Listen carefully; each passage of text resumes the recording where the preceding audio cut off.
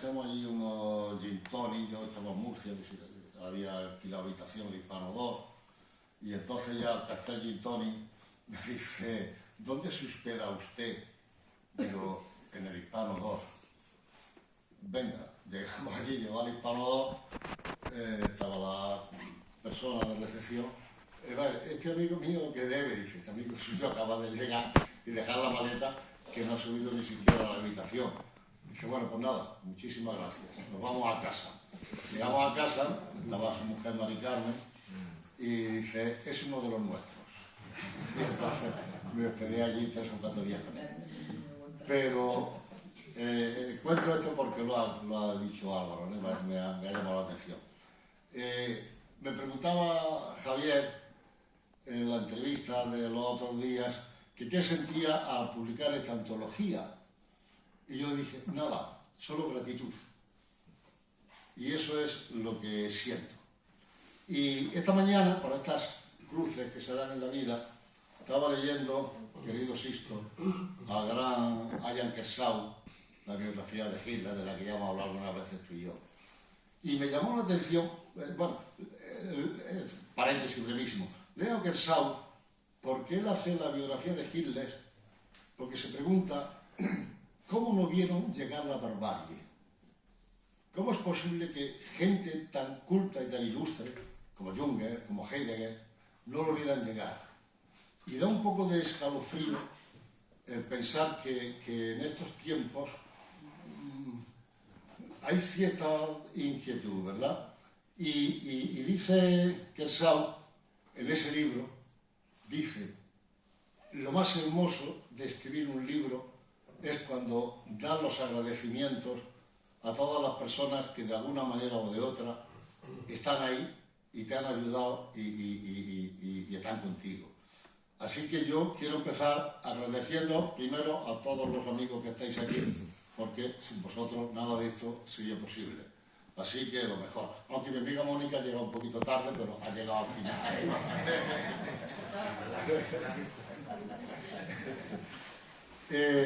Así que, sin lectores, nada tiene sentido. Quiero agradecer al Ayuntamiento del Centrísimo Ayuntamiento de la Muñeca, primero a mi amigo Alberto, porque fue el primero con el que Javier entró en contacto y yo también, y a mi amigo Juanjo, que ahora cuando hablaba Javier de la poesía árabe y andaluza, todavía nos acordamos de aquellos cuadernillos que hacíamos. Tengo 4 o 5 alumnos aquí muy queridísimos, todos me han salido de derechas. Ya se lo decía a ellos antes. Algo me hizo bien. Lo educaste a pensar por nosotros mismos. Entonces no sirve de derecho.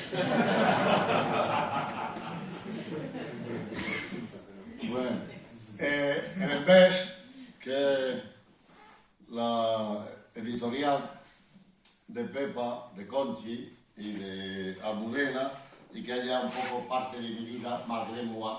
Bueno, ahí está el mes.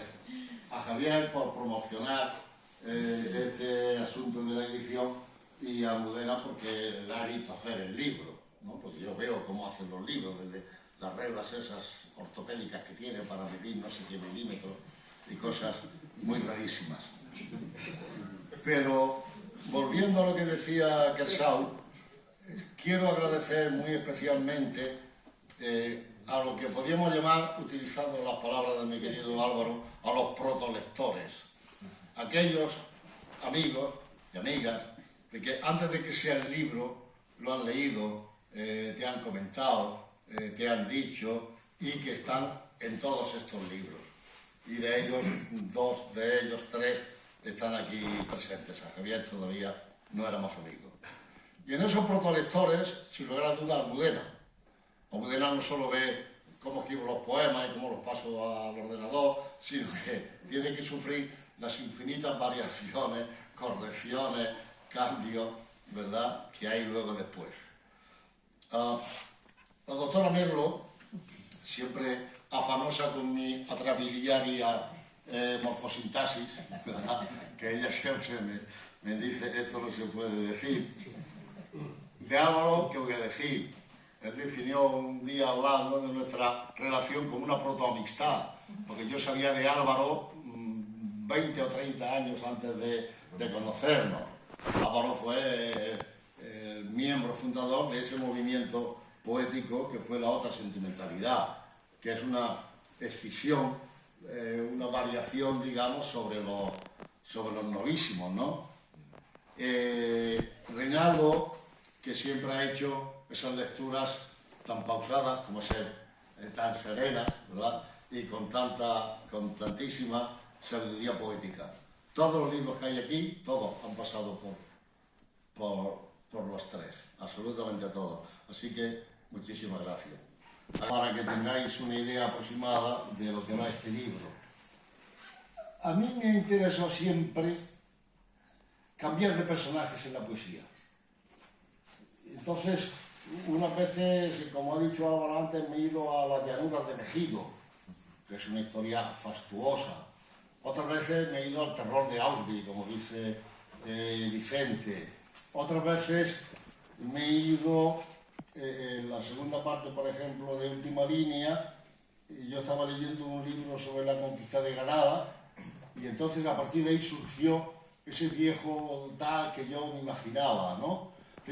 Siempre cambiar de escenario y cambiar de él. Bueno, voy a leer los poemillas. Habitación de hotel, lo leo porque a Almudena le gusta mucho.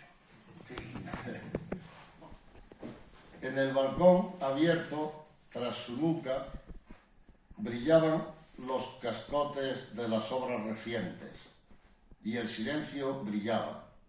Su desnudez detrás de las cortinas y a lo lejos esa luz del invierno oblicua y fría que lastima los ojos y hace el mundo irreal. Se asomaba detrás de los cristales a los rayos de sol, a la tibieza, y era frágil su sombra así desnuda, traspasada de luz y de silencio. Este poema que voy a leer es lo que decía antes Javier, creo que era hablando del fracaso. Cuando mi amigo Antonio Cantudo hizo aquí una representación magnífica de las troyanas, creo que era, ¿dónde estaba Cantudo? Creo que era la traducción de Sartre, ¿no? Sí. Entonces, a mí me impresionó. Primero, que unos chavales que eran nuestros niños allí de todos los días, de pronto tuvieran esa transfiguración magnífica. Y me entusiasmó tanto que cuando volví a casa aquella noche, cogí el texto, la misma traducción de Sartre, y entonces intenté un libro con frases sacadas de las troyanas. Sé que el libro quedó, como tantos proyectos, en 4 o 5 poemas, por ahí desperdigados. Uno de ellos es que es una frase de las troyanas: con ser malvada habla razonablemente. Una especie de juguete poético, sentimental, irónico, pero bueno. Con ser malvada habla razonablemente. Ella daba razones y en la mesa de aquel café, al borde de la plaza, dejaba muerte helada su belleza, heridos de carmín, labios y taza. La luz la contemplaba, mansamente caía sobre sus manos. La terraza, mujeres, niños, camareros, gente, era solo un rumor desacordado, su frialdad la de siempre. Lentamente se levantó, dejó la silla a un lado y se acercó a besarme. De su boca bebí la despedida. Ha pasado algún tiempo. La vi perderse, poca gente lo sabe, con tristeza. Las monedas en una danza loca por el mármol pulido de la mesa. Nos mandó a Almudena y a mí el manuscrito, ya no hay manuscrito, el archivo de internet, de su novela La sonata del diablo. Y la estábamos leyendo. Entonces recuerdo perfectamente la tarde en que estaba leyendo las páginas magistrales que él dedica al maestro Stradivari, sin pensarlo, ¿no? Hice un poema. Y tal cual, y no ha cambiado mucho desde entonces, ¿verdad, Sisto? Se lo mandé a Sisto con un mensaje que le decía: si al plagiado se le informa del plagio, sigue existiendo el plagio. Y él me contestó escuetamente: bendito plagio. Y bueno, pues esa novela, como sabéis, y si no os lo digo, ganó el premio Ateneo de Sevilla, y mi poema estaba en el libro del premio Antonio Machado de Baeza. Pero lo importante, que es lo que quiero compartir, es esa confraternidad, ¿verdad? Esa emoción de decir qué bien lo dice y de qué manera quiero darle un abrazo, aunque estemos cada uno en su sitio. Los oficios se llama. Desconocía el arte de la música, la proporción y la armonía del número. Con torpeza copiaba las notas, las escalas, y era infantil su letra, trazada con esfuerzo, como el niño que escribe mordiéndose los labios, apretando en sus dedos el lápiz o la pluma. Mi ciencia está en el tacto de mis manos, y bajaba los ojos, y elegía la madera apropiada más afín a la pieza. Para la tapa armónica, el árbol del abeto, el resuello del arce para el fondo, la firmeza del ébano en clavijas, bastidores. Mimaba los barnices, sostenía que solo al sol podían afinarse, pues el fuego quebraba la hermosura, la irisación de los aceites, el brillo perdurable. Acercaba su oído a los troncos apilados. Es preciso saber si en este árbol ha cantado algún pájaro, decía Antonio Stradivari, laudero de Cremona.